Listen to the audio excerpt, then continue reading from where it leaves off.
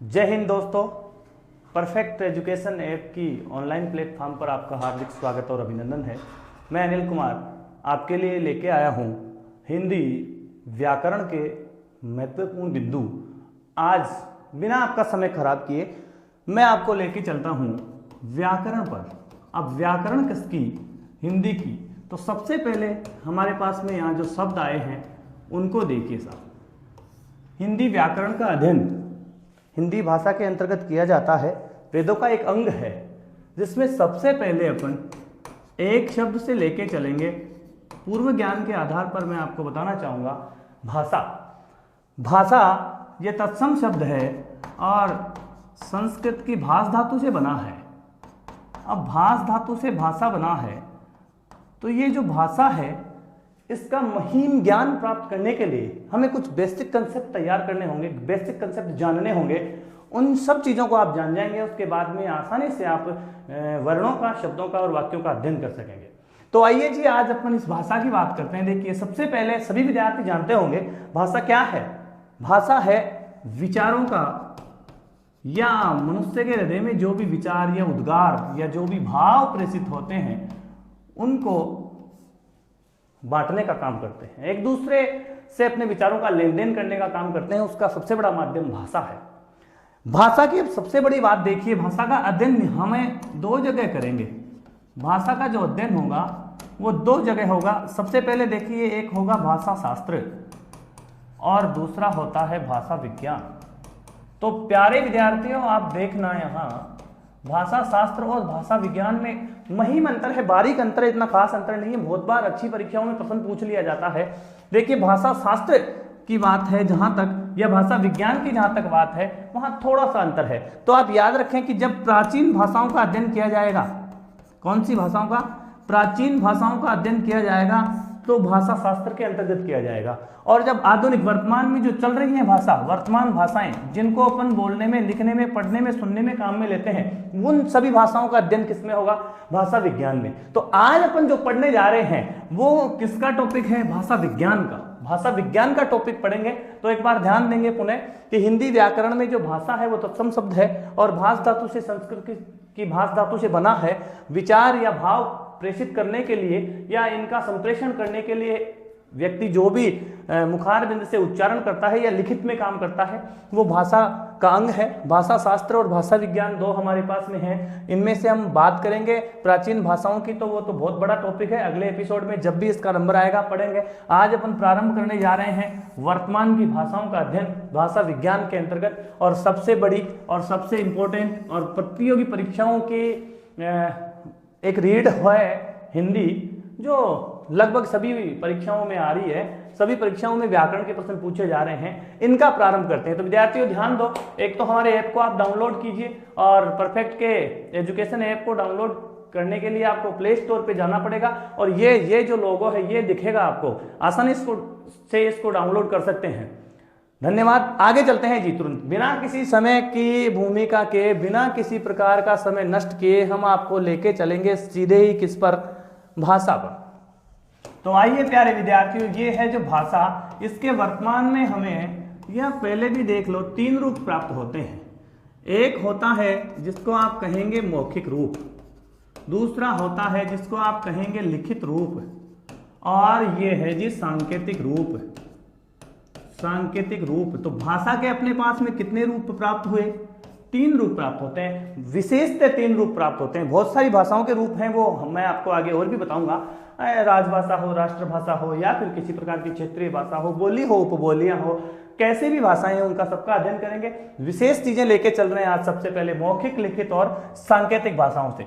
इन तीनों भाषाओं के रूप को अपन जिन कौशलों के माध्यम से पढ़ेंगे वो चार कौशल आपके पास हैं, प्रत्येक विद्यार्थी के पास हैं। फर्क सिर्फ इतना है कि अपन उनको यूज में नहीं ले रहे। तो चार जो अपने पास में कौशल हैं वो देखिए। अब एक बात का विशेष ध्यान रखना, चाहे से आपकी किसी भी प्रकार की प्रतियोगी परीक्षा हो, पटवार हो, रेलवे हो, एसएससी हो जिसमें 25 क्वेश्चन आते हैं जीडी वाली में, या फिर आपके रीट हो, या फिर जिन सभी प्रतियोगी परीक्षाओं में हिंदी भाषा आ रही है, उन सभी प्रतियोगी परीक्षाओं में यहाँ से प्रश्न आ जाता है बहुत बार। तो एक बार बोर्ड पे ध्यान देंगे भी, ये 4 कौशल आप सबके पास हैं। और सबसे पहला जो कौशल है वो है सुनना। बताओ प्रत्येक विद्यार्थी सुनने में सक्षम है। दूसरा है बोलना, प्रत्येक विद्यार्थी बोलना जानता है, नहीं जानता है तो उसके लिए दूसरा कौशल होगा। और तीसरा जो कौशल है पढ़ना, प्रत्येक विद्यार्थी पढ़ना जानता है। और अंततः या चौथा जो कौशल है वो है लिखना। ये 4 जो कौशल हैं, सुनना, बोलना, पढ़ना, लिखना, ये प्रत्येक स्टूडेंट के पास अगर है तो निश्चित रूप से अपन किसी भी प्रतियोगी परीक्षा को यह बिल्कुल क्लियर कर सकते हैं। तो एक बार यहां ध्यान देंगे, यहां से जो प्रश्न आता है वो आता है इनके क्रम का। निम्न में से भाषाई कौशलों का क्रम होगा, निम्न में से भाषाई कौशलों का क्रम होगा।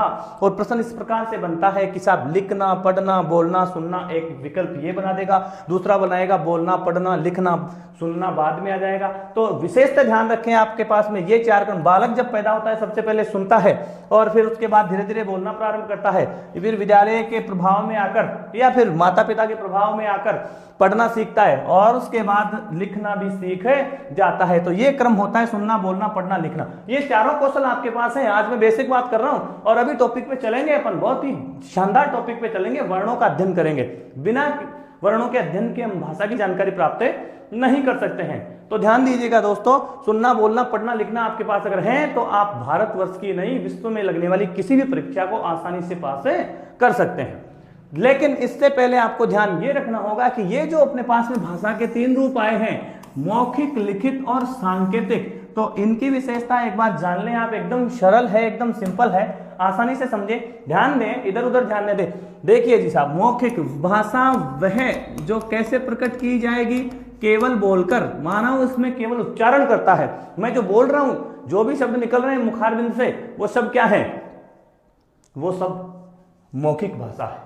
तो ध्यान दीजिएगा, जब मानव अपने विचार बोलकर प्रकट करता है भाषा मौखिक होती है, जब मानव अपने विचार लिखकर प्रकट करता है भाषा लिखित होती है।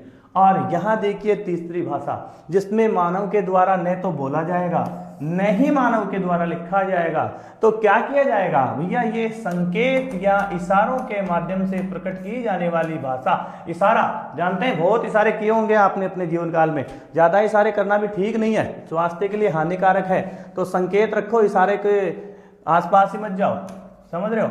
तो संकेतों के माध्यम से या इशारों के माध्यम से प्रदर्शित किए जाने वाली भाषा सांकेतिक भाषा होती है। अब देखिए जी, व्याकरण शास्त्र में सबसे ज्यादा उपयुक्त भाषा कौन सी है? पहला प्रश्न, सबसे ज्यादा उपयुक्त व्याकरण शास्त्र में लिखित भाषा का प्रमाण मिलता है। अगर लिखा हुआ है तो उसे आसानी से अपन सुनना, बोलना, पढ़ना, लिखना अपन को आ रहा है, पहचान सकते हैं।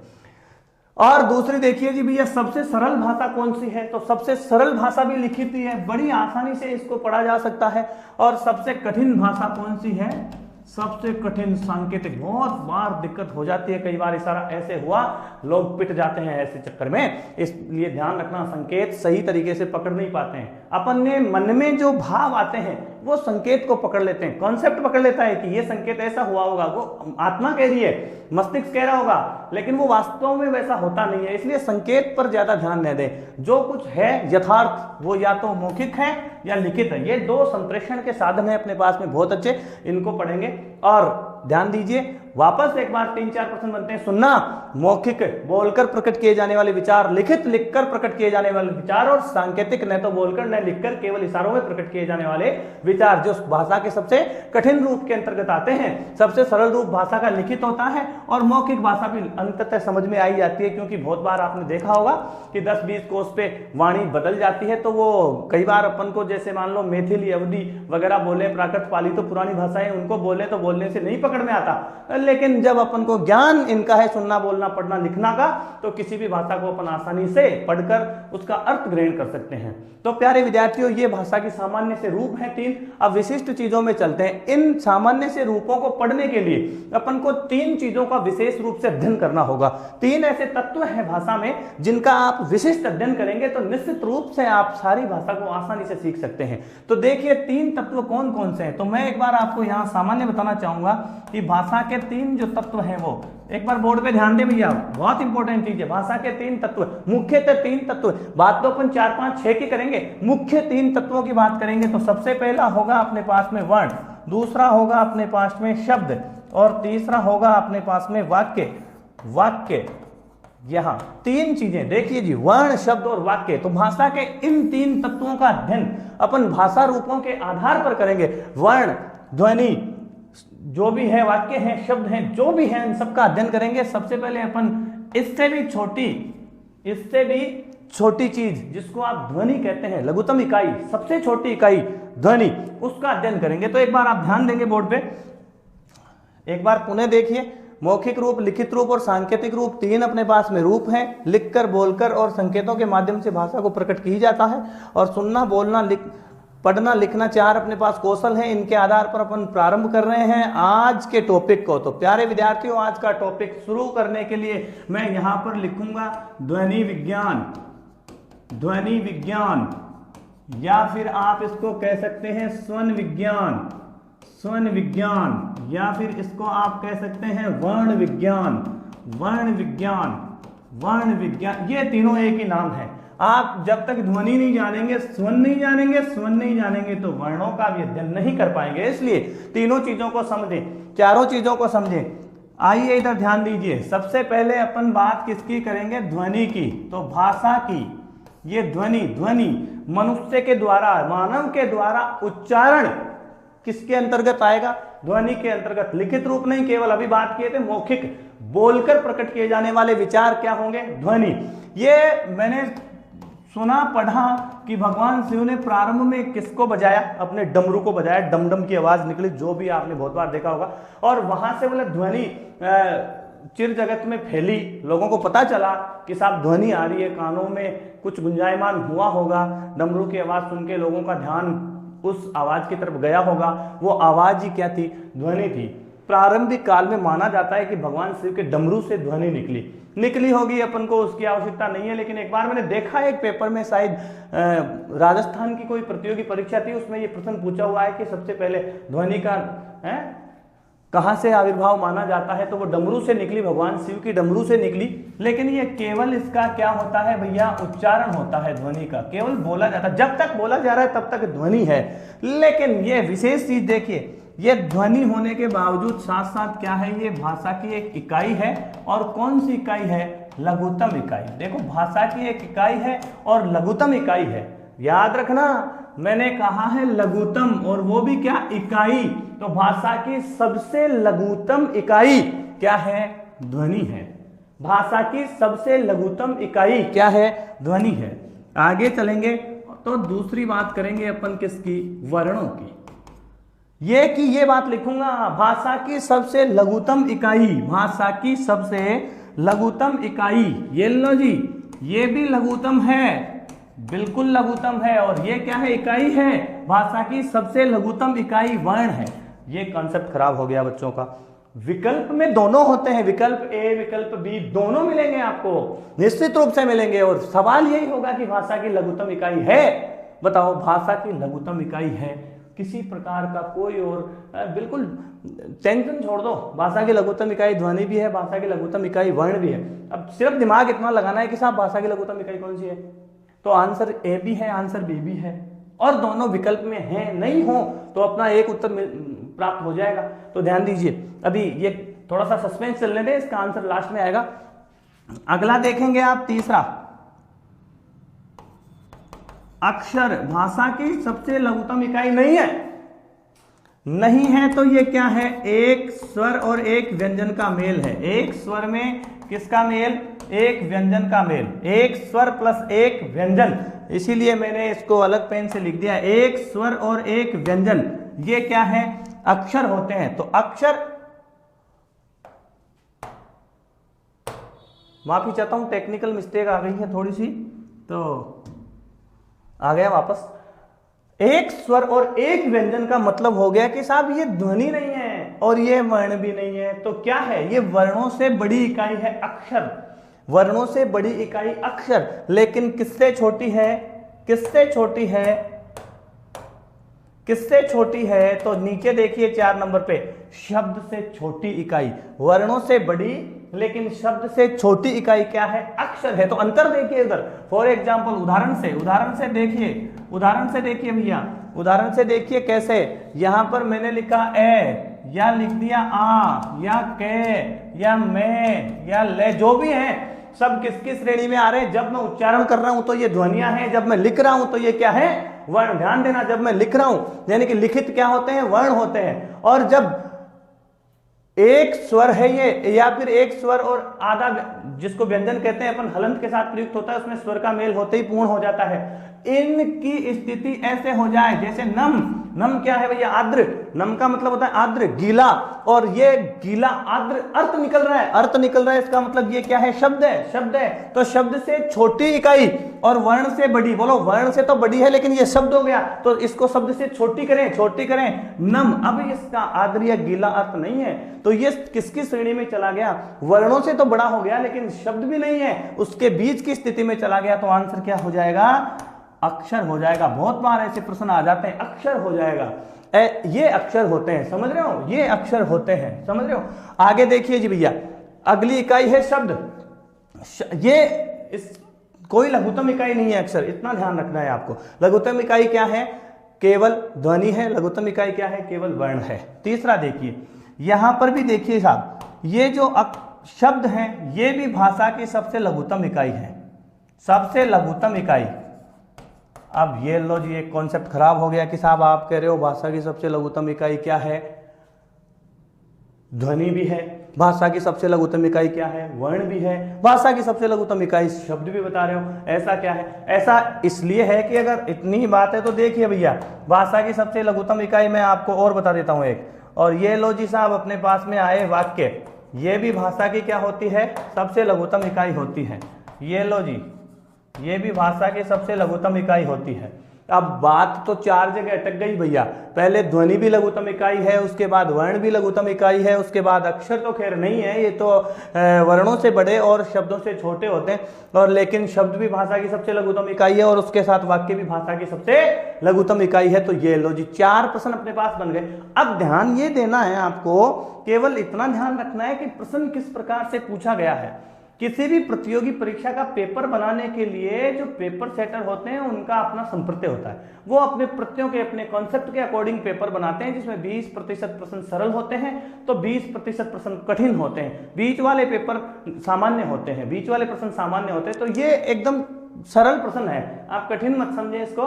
इस प्रश्न की प्रकृति को पढ़ना है, प्रश्न में मेंशन क्या किया गया है ये पढ़ना है। अगर प्रश्न समझ में आ गया तो इनमें से उत्तर देने में कोई समस्या नहीं होगी। तो मैं आपको शॉर्ट एंड स्वीट बिल्कुल सरल समझाता हूं, बिल्कुल सरल देखना। 4 प्रश्नों के 4 अलग अलग उत्तर हैं, और ये अब आप एक बार ठीक से समझना। ये अपने पास में 4 चीजें हैं: ध्वनि भाषा की लघुत्तम इकाई, वर्ण भाषा की लघुत्तम इकाई, अक्षर को छोड़ दें तो शब्द भाषा की सबसे लघुत्तम इकाई, और वाक्य भी भाषा की सबसे लघुत्तम इकाई। तो पिछली बार अभी हाल ही में सब इंस्पेक्टर पुलिस परीक्षा में यहां से प्रश्न किसका आया था? शब्द का। और प्रश्न पूछा था शब्द के अनुसार, लघुत्तम इकाई पूछी थी लेकिन शब्द के अनुसार पूछा था। तो आया क्या था? ध्वनि, वर्ण, शब्द और वाक्य। विकल्प में यही होते हैं हमेशा, इनमें से देना है। तो एक बार समझे, बिल्कुल ध्यान दे बोर्ड पे, 100% उत्तर हो जाएगा इस बार क्लियर। ये भाषा की सबसे लघुत्तम इकाई जब पूछा जाएगा तो यहां लिखा होगा, प्रश्न में मेंशन होगा बकायदा,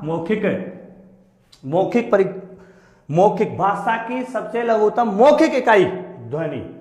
तो यहां पर मेंशन होगा भाषा की सबसे लघुत्तम लिखित इकाई वर्ण।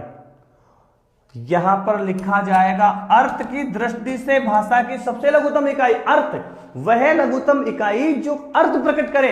अब अर्थ किसी भी प्रकार की ध्वनि का नहीं निकलता, अर्थ कभी वर्ण का नहीं निकलता, इनके तो टुकड़े होते ही नहीं है, अर्थ निकलते नहीं है, तो अपने आप में स्वतंत्र होते हैं, स्वर होते हैं, व्यंजन होते हैं। और वाक्य का अर्थ नहीं निकलता। वाक्य में तो क्या प्रकट होते हैं? भाव प्रकट होते हैं। तो भाव की दृष्टि से लघुत्तम इकाई कौन सी हो गई? वाक्य। अब प्रश्न सुनना, इस प्रकार से पूछे जाते हैं। भाषा की मौखिक लघुत्तम इकाई ध्वनि, भाषा की लिखित लघुत्तम इकाई। आप उच्चारण कर सकते हैं, साथ साथ बोलते रहें, बोर होने वाला काम नहीं करें, साथ साथ पढ़ते रहें, बोलते रहें। वर्ण भाषा की लिखित लघुत्तम इकाई, अर्थ की दृष्टि से, समझना, अर्थ की दृष्टि से भाषा की सबसे लघुतम इकाई शब्द और भाव की दृष्टि से भाषा की सबसे लघुतम इकाई वाक्य होते हैं। प्रश्न चारों क्लियर। अब आपके लिए पांचवा प्रश्न मैं बोर्ड पे लिख देता हूं और आपको उत्तर देना है। आंसर आपके सामने पड़े हैं। ये प्रश्न देखिए, यहाँ पर ये प्रश्न ताजा प्रश्न बन गया और मैंने लिखा भाषा की सबसे लघुतम इकाई। देखो आपको दिख रहा है तो ठीक, नहीं तो सुन लें। भाषा की सबसे लघुतम इकाई है, ये प्रश्नवाचक चिन्ह लग गया इधर और इसमें आप विकल्प बना दिए अपन ने। वही या तो वर्ण होगा या ध्वनि होगी या फिर शब्द होगा और या फिर क्या होगा, वाक्य होगा। ऑप्शन ए, बी, सी और डी में से आपको एक उत्तर देना है। फास्ट, क्विक, फास्ट, जल्दी करें, जल्दी करें और बताएं कि भाषा की सबसे लघुतम इकाई है। देखना प्रश्न में कहीं भी मेंशन नहीं है कि मौखिक है, लिखित है, अर्थ की दृष्टि से है या भाव की दृष्टि से, ऐसा कुछ नहीं लिखा हुआ है। भाषा की सबसे लघुतम इकाई सीधे ही बताना है। बहुत से विद्यार्थी बता रहे हैं ध्वनि बिल्कुल गलत है, शब्द तो बिल्कुल गलत ही है, वाक्य भी नहीं है। क्यों नहीं है? अब देखो बेटा, मैंने अभी प्रारंभ में पढ़े थे ना अपन भाषा के रूप मौखिक, लिखित और सांकेतिक। तो लिखित रूप व्याकरण का स्पष्ट अंग है, तो मुख्यतः लिखित अंग को ही माना जाएगा आंसर, और वर्ण भाषा की सबसे लघुतम इकाई होते हैं। तो जब आपके प्रश्न में ये लिखा हुआ ही नहीं हो कि मौखिक, लिखित, अर्थ, भाव, तो आपको आंसर देना है वर्ण, सबसे छोटी इकाई, सबसे लघुतम इकाई। और जब इनमें चारों में से कुछ भी लिखा हुआ है तो आंसर इनके अनुसार बन जाएगा। बहुत बहुत धन्यवाद। इसी टॉपिक को आगे लेके चलेंगे अपन। चलिए भैया, अब ये सब पढ़ने के बाद अपन लघुतम इकाई सबसे पहले अपने पास में क्या है, ध्वनि, जो तो केवल उच्चारित है। तो व्याकरण में अध्ययन किसका होगा, लिखित वर्णों का। तो लिखित वर्णों का अध्ययन करने के लिए अपन अगला टॉपिक लेके चलेंगे अपने ध्वनि विज्ञान के बाद स्वन विज्ञान और वर्ण विज्ञान। ध्वनि केवल उच्चारण होगा। शिव जी के डमरू से ध्वनि आई।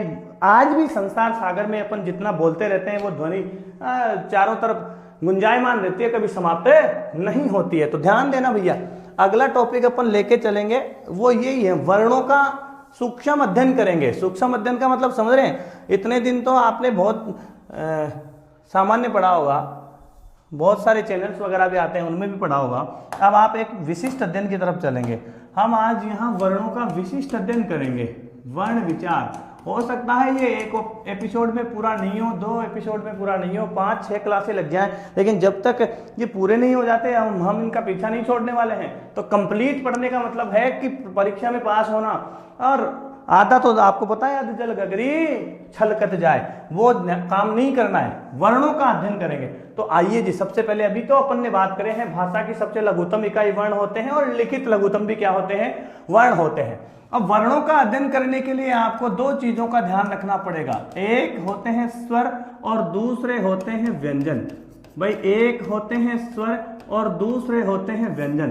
तो व्यंजन का अध्ययन अभी कुछ ही समय बाद करेंगे अपन। इससे पहले आप स्वर का अध्ययन करेंगे। तो सबसे पहले और सबसे इंपॉर्टेंट प्रश्न है परिभाषा। अगर आपको परिभाषा आ रही है तो ठीक है, नहीं आ रही है तो अभी आ जानी है, कुछ ही समय लगेगा। देखिए, परिभाषा भी ऑथेंटिक कैसी होगी। प्रतियोगी परीक्षाओं में ऑथेंटिक का मतलब आप समझ रहे हैं, बिल्कुल पाठ्यक्रम में जो सुनियोजित तरीके से किसी बढ़िया विद्वान ने परिभाषा दी है वही परिभाषा मानी जाएगी। ऐसे तो विशेषताएं हैं तो बहुत लोग बताते हैं। तो चाहे से स्वरों की कितनी ही विशेषताएं होंगी, चाहे से स्वरों में कितनी जानकारियां प्राप्त हुई होंगी, वो उन सब चीजों पर ध्यान नहीं देना है, मूल परिभाषा पे ध्यान देना है। तो मूल परिभाषा के लिए जाएंगे अपन और लिखेंगे कि मुख विवर से, ये स्वर की बोल रहा हूं मैं परिभाषा, मुख विवर से, मुख से कहां से, अपने थोबड़े से, मुख विवर से क्या निकलेगी, वायु। कैसे निकलेगी, अबाध रूप से। मुख विवर से अबाध रूप से निकली। कैसे निकलेगी भैया, अबाध रूप से निकली वायु। और वायु के साथ क्या निकलेगी, ध्वनि। वायु के साथ ध्वनि, ध्वनि तो आएगी, वायु के साथ ध्वनि का उच्चारण होगा, वो ही क्या हो जाएगा, स्वर हो जाएगा। तो दोबारा ध्यान दें, मुख विवर से, मुख से अबाध रूप से, अबाध बिना किसी बाधा के, अबाध बिना किसी बाधा के, और बिना बाधा के आएगा। इसका मतलब स्वरों के उच्चारण में किसी प्रकार की बाधा नहीं होती। बिना किसी बाधा के क्या निकलती है, वायु या ध्वनि निकलती है, वो स्वर होंगे भैया। जब मुख विवर से बिना किसी बाधा के वायु या ध्वनि निकलेगी, स्वर कहलाएगी। अब आपने इसके अलावा और पढ़ा होगा कि स्वर स्वतंत्र होते हैं, बिल्कुल पढ़ा होगा भैया, स्वर क्या होते हैं, स्वतंत्र होते हैं। फिर ये भी पढ़ा होगा कि स्वरों में किसी अन्य वर्णों के सहायता की आवश्यकता नहीं होती। जब स्वरों का उच्चारण होगा तो उच्चारण में अन्य वर्ण नहीं, मतलब किसी भी प्रकार के व्यंजन की इनकी सहायता की आवश्यकता नहीं होती। ये सब चीजें हैं, लेकिन ये स्वरों की विशेषताएं हैं। मुख्यतः परिभाषा यही खत्म होती है कि मुख्य विवर से अबाध रूप से निकली हुई वायु या ध्वनि को स्वर कहते हैं। ऐसा प्रश्न बहुत बार आ चुका है। 4 परिभाषाएं आपके यहाँ विकल्प में होंगी और ऊपर प्रश्न पूछा जाएगा निम्न में से स्वर की सटीक परिभाषा है, और आपको इस प्रकार का उत्तर देना है। बहुत बहुत धन्यवाद। वीडियो को पूरा देखें। एक बार फिर कहूंगा, प्ले स्टोर पे जाएं और परफेक्ट एजुकेशन के नाम से आप ऐप को डाउनलोड करें, इंस्टॉल करें। ये हमारा ऐप है, ऐसा लोगो आपको दिखेगा, उस पर करना है क्लिक, और आप अपनी शिक्षा जगत की ऊंचाइयों को और ज़्यादा ऊंचाई प्रदान करें, आगे बढ़ने का प्रयास करें। मित्रों आगे बढ़ो और देखो, परिभाषा के बाद अपन चलते हैं संख्या पे। परिभाषा हो गई, स्वर स्वतंत्र होते हैं, उच्चारण में अन्य वर्णों का कोई सहयोग नहीं होता, मुख्य विवर से अबाध रूप से निकली वायु या ध्वनि को स्वर कहते हैं। अब यहाँ देखिए प्रश्न, छोटे छोटे प्रश्न हैं और एक बार चर्चा करेंगे। भाई संख्या की बात करेंगे, स्वरों की संख्या कितनी होती है, 11। स्वरों की संख्या कितनी होती है, 11। तो 11 वाला प्रश्न बहुत बार पूछा जाता है। ये एक बार इधर बोर्ड पे ध्यान दें, वर्णमाला, वर्णमाला में स्वर 11 और व्यंजन कितने होते हैं भैया, 33। ये प्रश्न बहुत बार पूछा गया है, ये प्रश्न बहुत बार पूछा गया है। वर्णमाला में स्वर कितने, 11 और व्यंजन कितने, 33, और दोनों को अगर जोड़ दें तो मेरा गणित कमजोर है, आप ध्यान दे लें। गणित के लिए पूर्ण जी आएंगे, उनसे पढ़ना भैया, मुझे नहीं आता मैथमेटिक्स। इधर ध्यान फिर भी रखना है। 11, 3 और 1 4, 3 और 1 4, मतलब 4 4 44।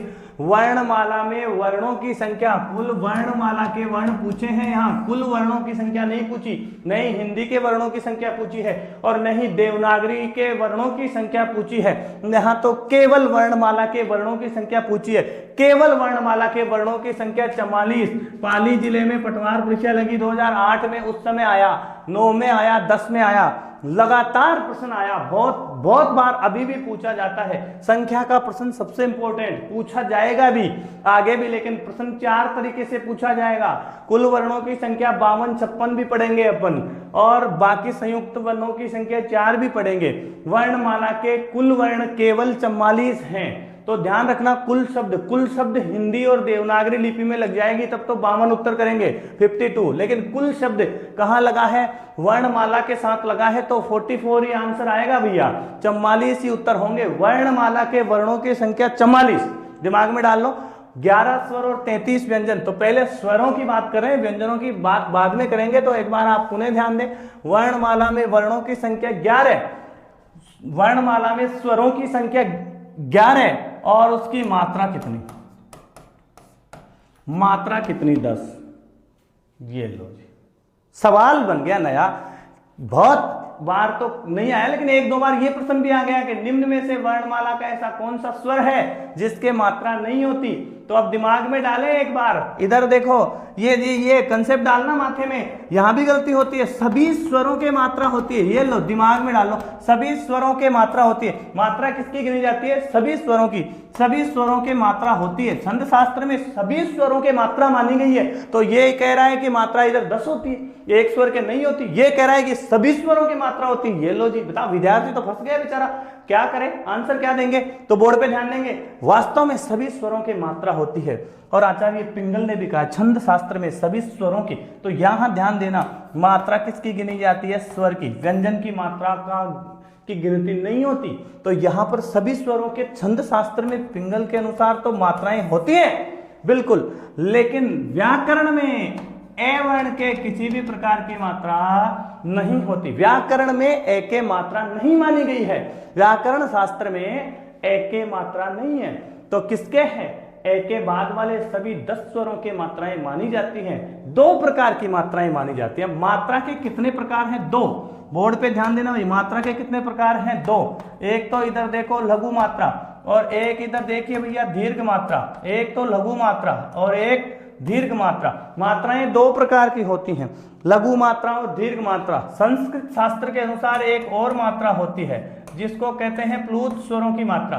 कौन सी? प्लूत। जो 2 से अधिक मात्राओं वाले होते हैं, जिनमें 3 स्वर आते हैं, जैसे आपने कई बार देखा होगा ओम। ओम कितनी मात्राएं? विश्व का सबसे पहला शब्द माना जाता है, संसार सागर का, ब्रह्मांड का पहला शब्द। दुनिया में ब्रह्मांड में कभी पहला कोई शब्द बना है तो वो ओम बना है, ऐसा भारतीय शास्त्रों के अनुसार माना जाता है। और अगर दुनिया में पहला कोई वर्ण बना है तो वही भारतीय शास्त्रों के अनुसार क्या बना है? ए बना है। अरस्तु प्लेटो हालांकि अलग बात कहते हैं कि पहले साहब उच्चारण हुआ होगा, ध्वनि, वही है, उच्चारण ध्वनि आई है सबसे पहले, लेकिन अपने तो यहाँ सबसे पहले ओम की उत्पत्ति हुई मानी जाती है, उसके बाद ए वर्ण बना उससे। ये ओम, इसमें ब्रह्मा विष्णु महेश मतलब ओंकारेश्वर मतलब महेंत वगैरह इन शब्दों का, खैर वो बहुत बड़ा टॉपिक है और साहित्य जगत का है, उसकी चर्चा हम वहां करेंगे, एक बार सामान्य यहाँ चर्चा करेंगे। प्लूत स्वरों के मात्राएं होती हैं 3, जिसका ये चिन्ह है। दीर्घ स्वरों की मात्राएं होती हैं 2, जिसका ये एस की आकृति का है। और लघु स्वरों की मात्राएं होती हैं 1, 1 का मतलब एक वाला डंडा। ये प्रश्न भी बहुत बार आया हुआ है। निम्न में से प्लूत स्वरों की मात्रा को दर्शाने वाला चिन्ह है, प्लूत स्वरों की मात्रा को दर्शाने वाला चिन्ह है, ये लो जी, प्लूत स्वरों की मात्रा को दर्शाने वाला चिन्ह ये है। जब वो ही आ गया तो ये भी पूछा जा सकता है दीर्घ मात्रा को दर्शाने वाला चिन्ह या लघु मात्रा को दर्शाने वाला चिन्ह।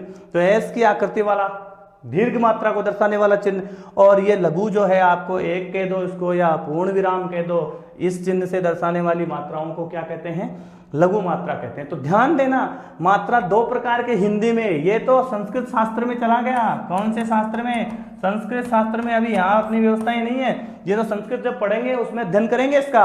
यहाँ देखिए लघु मात्रा और दीर्घ मात्रा, तो यहाँ लघु मात्रा वाले स्वरों का मेल होगा, योग होगा 4, और दीर्घ मात्राओं वाले स्वर माने जाएंगे कितने? 7।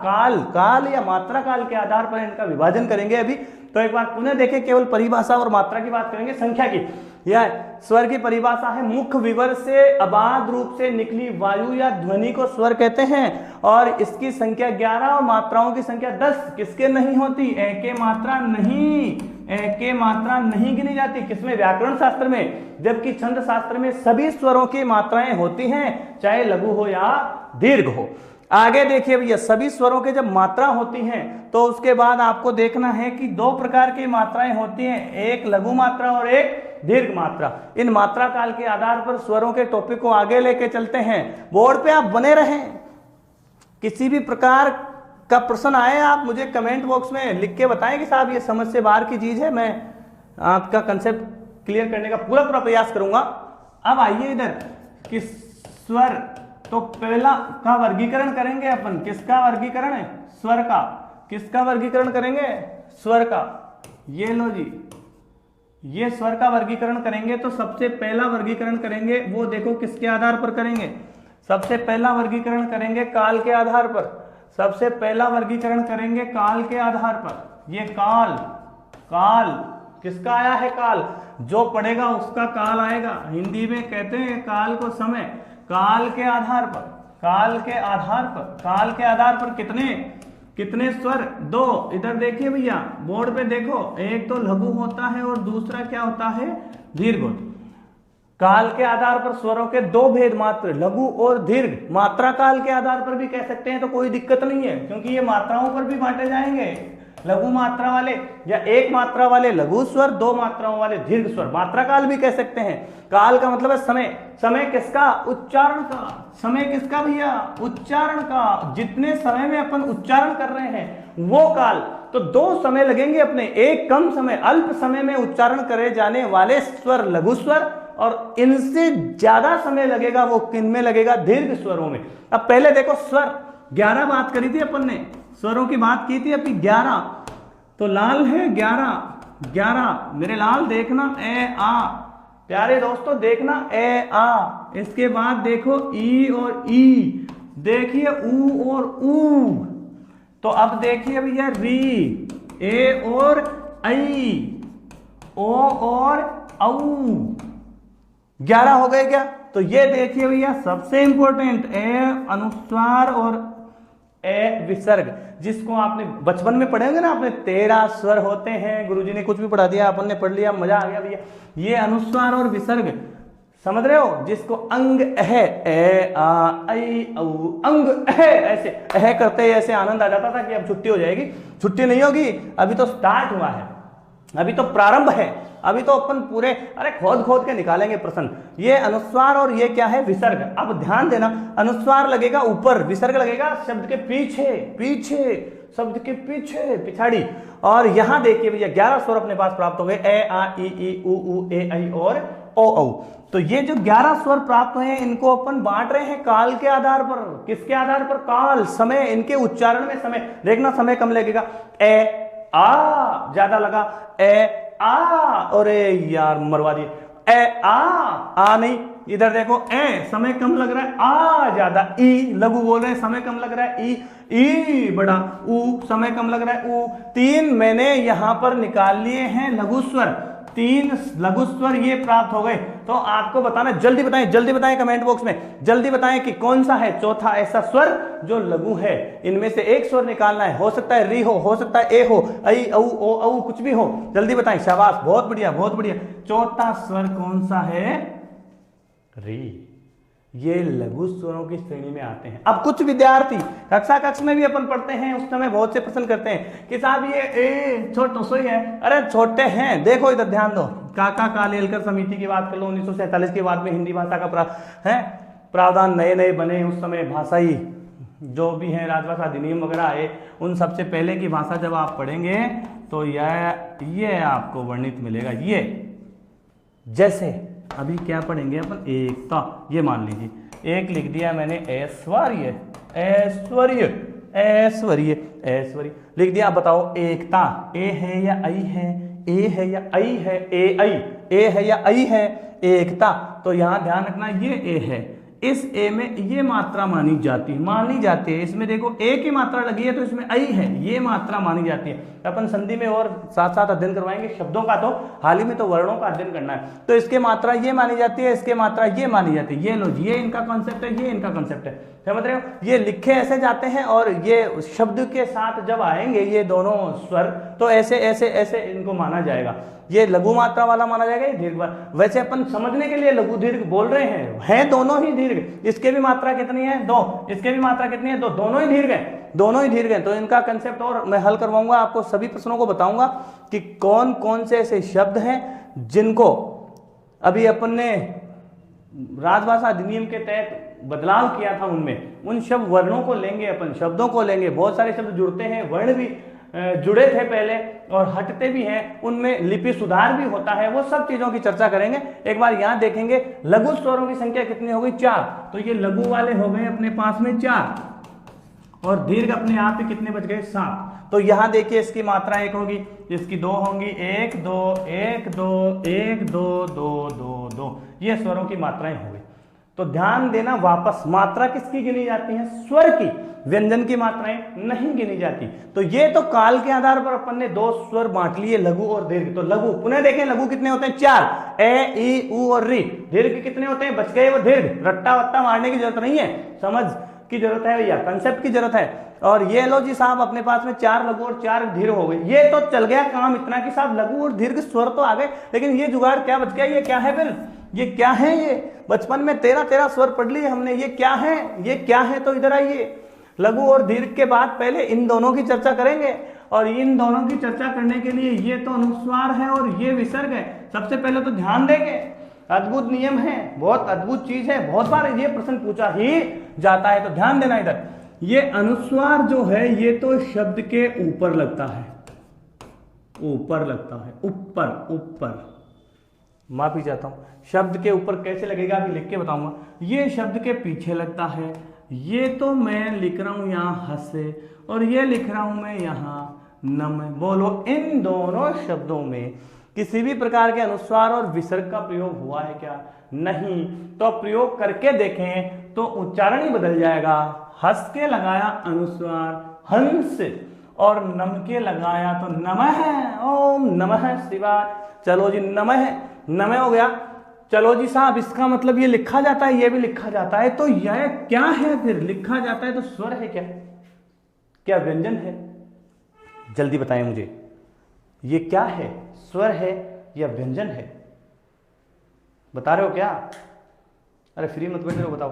तो ये स्वर है या व्यंजन है, ये देखो, ये न तो स्वर है और न ही क्या है, व्यंजन है। तो क्या है बेटा, अयोग हुआ है। तो ध्यान देना, अयोग वा जिन का योग ध्वनियों में नहीं होता। ध्वनि कितनी वर्णमाला में? स्वर और व्यंजन। स्वर और व्यंजन में इनका योग नहीं होता, इसलिए ये क्या है? अयोगवा ध्वनियां है। कौन सी ध्वनियां हैं? अयोगवा ध्वनियां। अयोगवा ध्वनियां। अयोगवा ध्वनियों की खास बात देखना क्या है? पहली, अयोगवा ध्वनि स्वर होती है? नहीं, अयोगवा ध्वनि स्वरे नहीं होती, ये स्वर नहीं है। तो क्या है? व्यंजन। शाबाश, ये व्यंजन भी नहीं है, व्यंजन भी नहीं।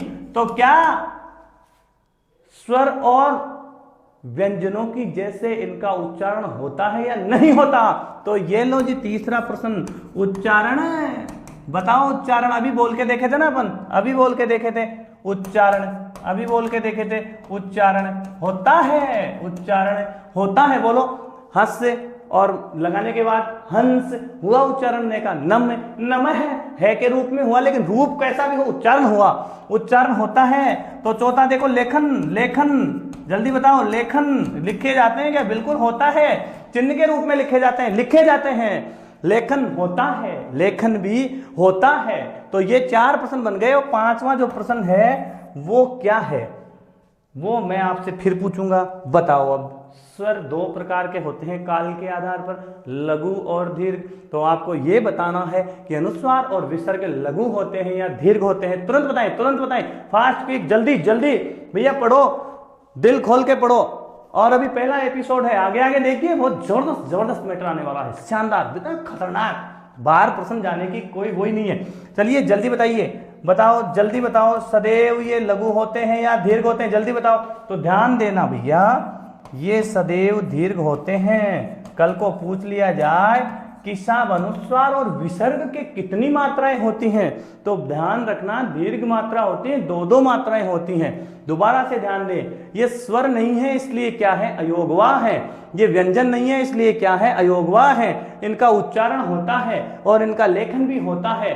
ध्यान रखना, काल के आधार पर स्वरों के 2 भेद होते हैं, लघु और दीर्घ। लघु 4 और दीर्घ 7 होते हैं, और वो हमेशा लघु के मात्रा 1 होती है, दीर्घ के मात्रा 2 होती हैं। तो ध्यान रखना, अयोगवा ध्वनियां अनुस्वार और विसर्ग के भी मात्राएं 2 ही होंगी। बोलो एकदम क्लियर है? बोलो बहुत बहुत धन्यवाद। एकदम क्लियर है। सदैव दीर्घ होती हैं, अनुस्वार और विसर्ग में दीर्घ मात्राएं होती हैं। तो आपने आज जाना कि साहब वर्ण क्या होते हैं। अभी वर्णों का अध्ययन अपन ने प्रारंभ भी किया है दोस्तों, अभी तो बहुत दिन लगने वाले हैं, इन्हीं को कंप्लीट करना है पहले। जब वर्ण और शब्द कंप्लीट हो गए तो ये मान लीजिए आपका व्याकरण कंप्लीट होने जा रहा है। कंप्लीट का मतलब समझ रहे हैं कि आप किसी भी प्रतियोगी परीक्षा में व्याकरण को क्लियर पास करेंगे। क्लियर पास, उतना पास जितना सिलेक्शन के लिए चाहिए होता है। 100% कभी कुछ नहीं होता है, 100 में 100 नहीं होते हैं हिंदी जगत में। यहाँ 99 हो सकते हैं, 98 हो सकते हैं, 100 में 100 नहीं होंगे। तो एक बार पुनः ध्यान दें, अयोगवा ध्वनियां अनुस्वार और विसर्ग, जो स्वर भी नहीं होती, व्यंजन भी नहीं होती, इनका उच्चारण होता है, इनका लेखन होता है। हमेशा कौन सी ध्वनियां होती हैं? दीर्घ ध्वनियां होती हैं। ये हुआ स्वर का एक वर्गीकरण। कौन सा? उच्चारण काल या मात्रा काल के आधार पर 2 प्रकार से, लघु और दीर्घ। लघु 4 और दीर्घ कितने? 7। लघु स्वरों की मात्रा 1 और दीर्घ स्वरों की मात्रा 2। लघु स्वरों को आप क्या कह सकते हैं? लघु स्वरों को आप ह्रस्व स्वर भी कह सकते हैं। लघु स्वरों को आप एक मात्रात्मक भी कह सकते हैं। दीर्घ को आप गुरु भी कह सकते हैं। दीर्घ को आप मात्रात्मक भी कह सकते हैं। वर्णमाला में वर्णों की संख्या 44 मैंने बता दी है आपको। मैं दूसरा कंसेप्ट लेके चलता हूं, आप छोटा सा वर्गीकरण एक और समझिए दूसरा, और ये है साहब औष्टाकृति के आधार पर। अपन को सभी प्रकार से बांटना है, स्वरों की जो भी आकृतियां बनी हैं उन सबको बांटना है, उन सबको बांटना है औष्टाकृति के आधार पर। किसके आधार पर? औष्टाकृति के आधार पर। औष्टाकृति के आधार पर देखो, औष्ट, औष्ट और औष्ट दोनों शुद्ध होते हैं, दोनों रूप शुद्ध माने जाते हैं औष्टाकृति के आधार पर। औष्टाकृति का मतलब है कि आपके पास 2 होठ हैं, इनकी आकृति बनानी है और कुछ नहीं करना है, रटने वाला काम नहीं है। यहाँ तो बड़ी आसानी से समझ में आ जाएगा। औष्टाकृति के आधार पर क्या है? औष्टाकृति के आधार पर दो भेद होते हैं। औष्टाकृति के आधार पर 2 भेद होते हैं, और वो पहला और दूसरा। यहाँ देखिए, पहला वर्ताकार, वर्ताकार, वर्ताकार का मतलब समझ गए, वृत्त के आकार के। और दूसरा होता है अवर्ताकार, अवर्ताकार का मतलब समझ गए वृत्त का आकार नहीं हो, या गोलाकार कह दो इसको। और ये जो गोलाकार नहीं है, अच्छा दो ही बातें हैं, वर्ताकार, इनको उच्चारण करेंगे तो होठ गोल हो जाने हैं। कैसे हो जाने? गोल। और इनके उच्चारण में होठों में गोलाई नहीं आएगी, बाकी किसी भी प्रकार से होठ हो सकते हैं। होठ सबके पास है, आप गोलगाल करके देख लो। 11 स्वर याद है, उच्चारण प्रारंभ कर दो। ए बोलो, गोलाकार है, गोल हुए क्या होठ बोलने में, उच्चारण करने में गोल हुए क्या? नहीं हुए। बोलो आ, ओ आ, ये तो गोल होने की संभावना ही नहीं है। आ है, बहुत बार होता है आ, गोल नहीं हुए। तो देखिए भैया, ए आ जब गोल नहीं हुए तो क्या है? अवर्ताकार। समझ रहे हैं? अब देखिए साहब, ई और ई, इसमें भी किसी प्रकार के होठों को गोलाई नहीं मिली है, तो फिर किसमें मिली है? ऊ। आहा, मजा आ गया आपके पास। ऊ, अब तो गोल हुए होंगे। सभी अपने अपने होठों को गोल करके देखें, जिनके होठ नहीं है वो किसी पड़ोसी के देखें। हाँ जी, ऊ। और फिर देखो भैया, री गोल हुए क्या? नहीं। तो ए आई गोल हुए क्या? नहीं। ए आई नहीं, तो फिर कैसे हुए? ओ, अब की बार गोल। ओहो, ओ, आऊ, दोनों में होठ गोल होते हैं। सब अपने होठों की क्रिया करके देख लेना। किसी भी प्रकार का कोई विशेष कंसेप्ट नहीं है इनमें, बड़े आसानी से पता लग जाता है। सवाल पूछा जाता है वर्ताकार या अवर्ताकार कौन सा भिन्न है, छांटिए, आसानी से छांट सकते हैं। वहीं होठों की क्रिया करवा के देख लेना। होठों की क्रिया करके तो औष्ठाकृति के आधार पर दो भेद होते हैं, वर्ताकार और अवर्ताकार। वर्ताकार जिनमें क्या होंगे? होठ गोल होंगे, और अवर्ताकार जिनमें होठ गोल नहीं होंगे। बोल करके पता लगा लेना है, और कोई दूसरा काम नहीं है। इसके अलावा स्वरों को और भी बांटेंगे प्यारे दोस्तों, कल बांटेंगे। आज के लिए आपको बहुत बहुत धन्यवाद, और आप कल फिर मिलें नए एपिसोड में, नए जोश और नए जुनून के साथ। परफेक्ट एजुकेशन ऑनलाइन प्लेटफॉर्म पर आपका पुनः फिर से स्वागत है। जय हिंद दोस्तों, धन्यवाद, जय हिंद।